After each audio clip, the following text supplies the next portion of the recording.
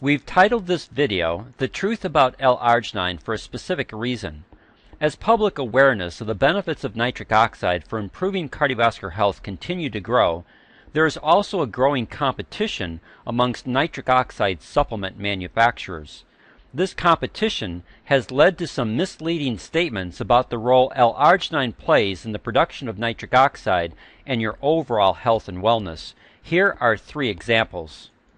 In an email by Dr. Nan Catherine Fuchs, she makes the following statement in her title and subtitle, quote, "Boost your nitric oxide levels with L-arginine, right? Wrong. Here is why arginine is nearly useless for people over 40. This email directly promoted a product called CircO2, which uses a nitrate-nitrite pathway with L-citrulline for the creation of nitric oxide. So I visited the FAQ page for CircO2 and observed the following question, quote, "Does CircO2 contain L-arginine?" Answer, no, it doesn't. L-arginine is a semi-essential amino acid that can help the body produce nitric oxide, but supplementation doesn't work in all people, especially those over 40, that need it the most. CircO2 accesses a different nitric oxide pathway in the body that works for all age groups and levels of cardiovascular health. End of quote. Now, the nitric oxide pathway of CircO2 is modeled after the same pathway promoted by Neo40. And the same issue about the importance of L-arginine, especially in people over the age of 40, continues to surface.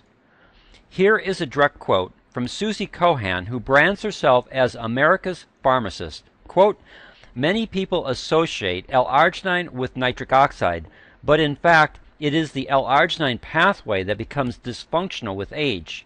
Therefore, L-arginine supplementation often does not work in adults over 40. However, it can be effective in young healthy individuals with functional endothelial function. My point is that people with endothelial dysfunction are by definition unable to convert L-arginine to nitric oxide. L-arginine should not be recommended following acute myocardial infarction, heart attack, that is.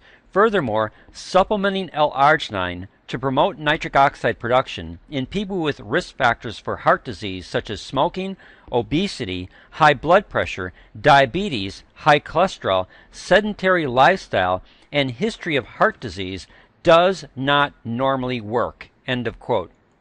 Wow.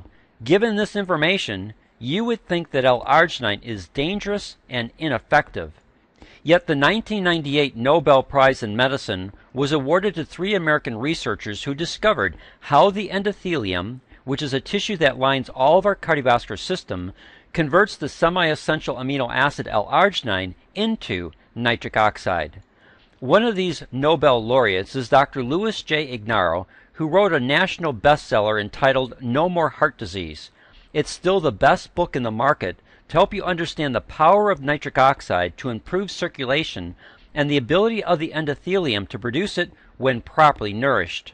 So let's start with the basics so that you can understand this issue by addressing the 3 key components in this health debate and the misinformation that is being promoted as fact.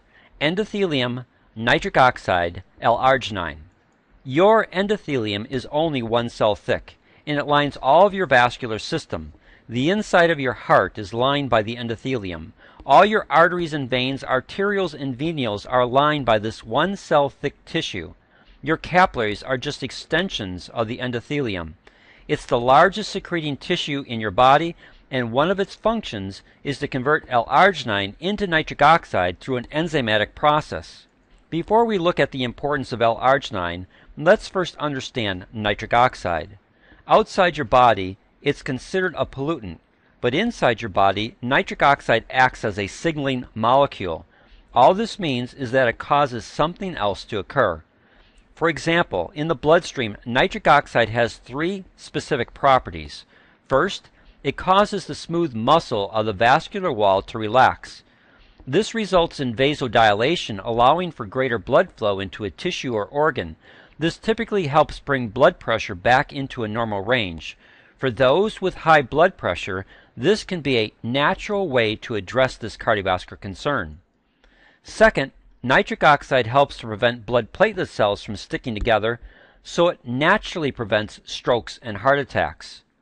Third, nitric oxide initiates reparative mechanisms that help heal damage done to the endothelium to help maintain its ability to properly produce nitric oxide.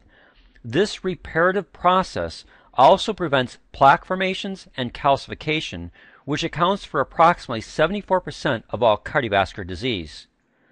The following picture will help you better understand this disease process. As you can see, in our 20s and 30s, we typically have a healthy endothelium which produces a beneficial amount of nitric oxide. But as we age, damage occurs to the endothelium, resulting in inflammation, leading to plaque formation and calcification.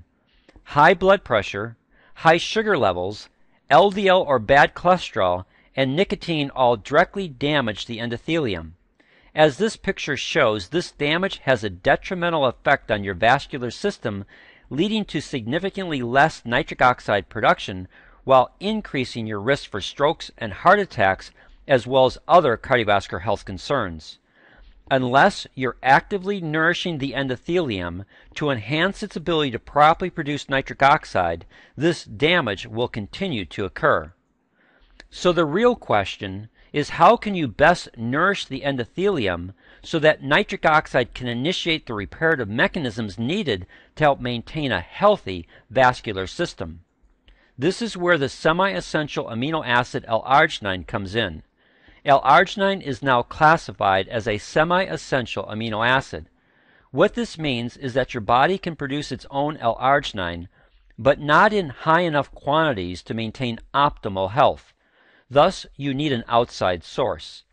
This need for an outside source has given rise to the different nitric oxide supplements in the marketplace. Here's a picture of the metabolic pathway for the creation of nitric oxide. While this can be confusing to look at, we want to focus on just a couple of items. First is L-arginine. When L-arginine is present, the enzymatic pathway of the endothelium can work to properly create nitric oxide. Second is the need for the amino acid L-citrulline. When L-citrulline is present, it can take the spin-off molecules of nitric oxide production and reform additional L-arginine to help the endothelium continue its production of nitric oxide.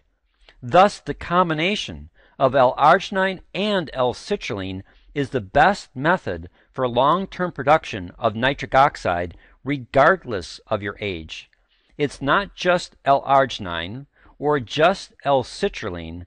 Rather, it's the proper combination of both of these amino acids that achieve the best results.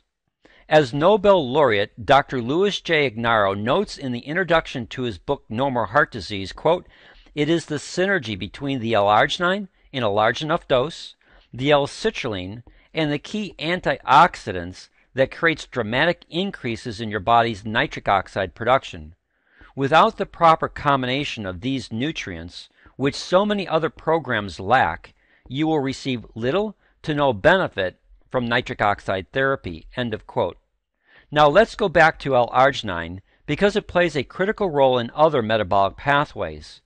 If the enzymes of the endothelium don't use L-arginine for the creation of nitric oxide, then L-arginine is used to fuel other metabolic pathways needed for optimal health.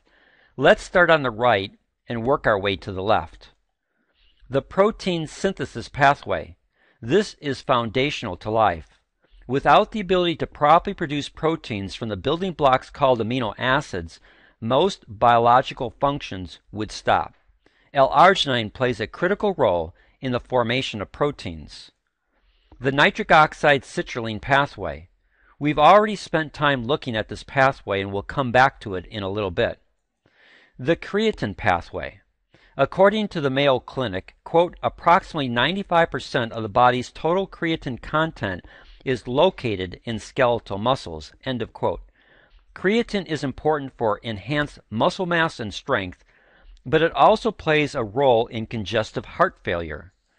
Again, according to the Mayo Clinic, quote, patients with chronic heart failure have low levels of creatine in their hearts. Several studies report that creatine supplements may improve heart muscle strength, body weight, and endurance in patients with heart failure, end of quote. So this metabolic pathway of converting L-arginine into creatine has tremendous value for muscle strength, endurance, and heart health. The urea and ornithine pathway. This pathway is absolutely critical to your well-being. Urea is the major end product of nitrogen metabolism and is used to rid your body of ammonia waste products. Ammonia is toxic, even in small amounts, and this conversion of ammonia to urea occurs in the liver. Once urea is formed, then it's transported to the kidneys for excretion. One of the spin-offs of the urea cycle is an amino acid called ornithine. Ornithine promotes good liver function, detoxification, the release of growth hormones that aid in metabolizing excess fat, and seems to boost the body's immune system to counter bacteria, viruses, and tumor cells. The augmentin pathway. Augmentin is a byproduct of L-arginine metabolism and plays some very interesting roles in your body. First, it helps protect the enzymatic pathway the endothelium uses to create nitric oxide. Second, it inhibits those enzymes that break down nitric oxide. Thus, it aids in the production and protection of nitric oxide. Additionally, augmentin helps stimulate the release of pituitary hormones and is believed to have strong neuroprotective effects, leading to improved neurotransmission and brain health. This enhances your sense of well-being. The proline pathway. One metabolic pathway not shown in the previous slide, but shown in this slide, is the creation of proline. This non-essential amino acid is responsible for tissue repair, collagen formation, the prevention of arteriosclerosis or hardening of the arteries, and helps with blood pressure maintenance. As you can see, the semi-essential amino acid L-arginine is critical to your overall health of your body, as well as needed for the proper production of nitric oxide. Individuals who tell you that L-arginine is bad for you or dangerous to your health, especially if you're over the age of 40, either don't understand this semi-essential amino acid or have another agenda. Now, let's go back to Susie Cohan's earlier statement, which I placed on the screen. Quote, L-arginine should not be recommended following acute myocardial infarction, heart attack that is. End of quote. Most people who make this statement are usually referencing the John Hopkins study in which L-arginine HCL was used for post-heart attack patients. These patients were split into two groups. One group got a placebo, and the other group consumed 9 grams of L-arginine HCL on a daily basis. They stopped the study early because the group getting the L-arginine HCL had more subsequent heart attacks when compared to the placebo group. The conclusion was that L-arginine is bad for people who have already had a heart attack. Yet, when you read Dr. Ignaro's book, No More Heart Disease, he makes the following statement on page 31 regarding nitric oxide and heart attacks. Quote, remember, nitric oxide can greatly diminish your chances of having a second attack. So even if you are a cardiac patient, you can help yourself. End of quote. So how do we reconcile these opposing views? Well, we need to examine the John Hopkins study. They used a synthetic form of L-arginine. To boost absorption, this synthetic form of L-arginine used a carrier molecule called HCl, or hydrochloride. Once absorbed into the bloodstream, hydrochloride is cleaved off of the L-arginine. By itself, HCl upsets the balance of potassium in the bloodstream. This is significant. For a muscle to contract, sodium is needed. For a muscle to relax, potassium is needed. For a person with a heart condition, especially one that has already had a heart attack, you do not want to be lowering their potassium levels because once the heart contracts, it might not have enough potassium to allow for proper relaxation, which can trigger another heart attack. So the cause of the additional heart attacks in the John Hopkins study is most likely due to hydrochloride and not L-arginine. To drive this point home, here is a quote from the muscle physiology page of the University of California, San Diego. Quote, as an interesting side note, this is the mechanism by which potassium chloride is used to induce cardiac arrest. By eliminating the potassium concentration gradient, the depolarized cardiac muscle cells are unable to repolarize for their next beat. End of quote. As you can see, the proper choice of L-arginine is critical to your overall health, and the proper combination of L-arginine with L-citrulline provides the optimal production of nitric oxide. Once this nitric oxide is properly produced, then it can trigger the reparative mechanisms needed to heal damage done to the endothelium. This healing process reverses endothelial cell dysfunction, leading to even higher amounts of nitric oxide. The bottom line to all of this is improved circulation. Now, we need to address one more issue regarding nitric oxide production. Companies like Neo40 and Circ-O2 use a combination of L-citrulline and a nitrate-nitrite pathway for the production of nitric oxide. We've already seen that L-citrulline is beneficial in the production of nitric oxide. So what about this nitrate-nitrite alternative pathway? According to the Ohio Department of Health, 70% of the nitrate consumed in a typical diet comes from vegetables like cauliflower, broccoli, spinach, and root vegetables like beets and turnips. Meat and meat products that contain sodium nitrate become another source. The following diagram helps you better understand what happens to these nitrates once they enter your system. First, the nitrate must be converted to nitrite. Once converted to nitrite, then the body can use this nitrite to produce nitric oxide. However, unlike the L-arginine L-citrulline metabolic cycle that can continue to produce large amounts of nitric oxide, this nitrate-nitrite cycle has two concerns. First, to reform nitrite, the nitric oxide must be converted to nitrous oxide. This process removes nitric oxide from your system. Second, as this metabolic pathway continues, ammonia is needed to convert these molecules back to nitrite to start this process over. Ammonia is toxic to your system, so your body is continuously working to rid itself of ammonia. Because of these two factors, the nitrate-nitrite pathway for the production of nitric oxide is not as effective or efficient. As Nobel laureate Dr. Louis J. Ignarro points out in his book No More Heart Disease, quote, the manufacture of nitric oxide takes place mainly in the endothelium, which you recall is the layer of cells lining the interior surface of blood vessels, end of quote. While there are other novel ways to produce nitric oxide, if you really want to improve your cardiovascular health with this molecule, then you need to properly nourish your endothelium with the two amino acids it needs. These amino acids are L-arginine and L-citrulline. While you can include other nutrients to enhance this production, the foundation will always be the proper blend of L-arginine and L-citrulline. Restoring the health of your endothelium will enhance this process, leading to significant improvements in your cardiovascular system, and this works for all age groups. And as we've seen from the John Hopkins study, the quality and purity of the L-arginine makes a significant difference. Now, one final observation in this debate on which nitric oxide pathway is best for you. Companies that recommend the nitrate-nitrite pathway many times recommend using a test strip to measure the production of nitric oxide. These test strips do not measure nitric oxide levels. What they measure are nitrite levels in your saliva. One such test strip is the Berkeley test strip.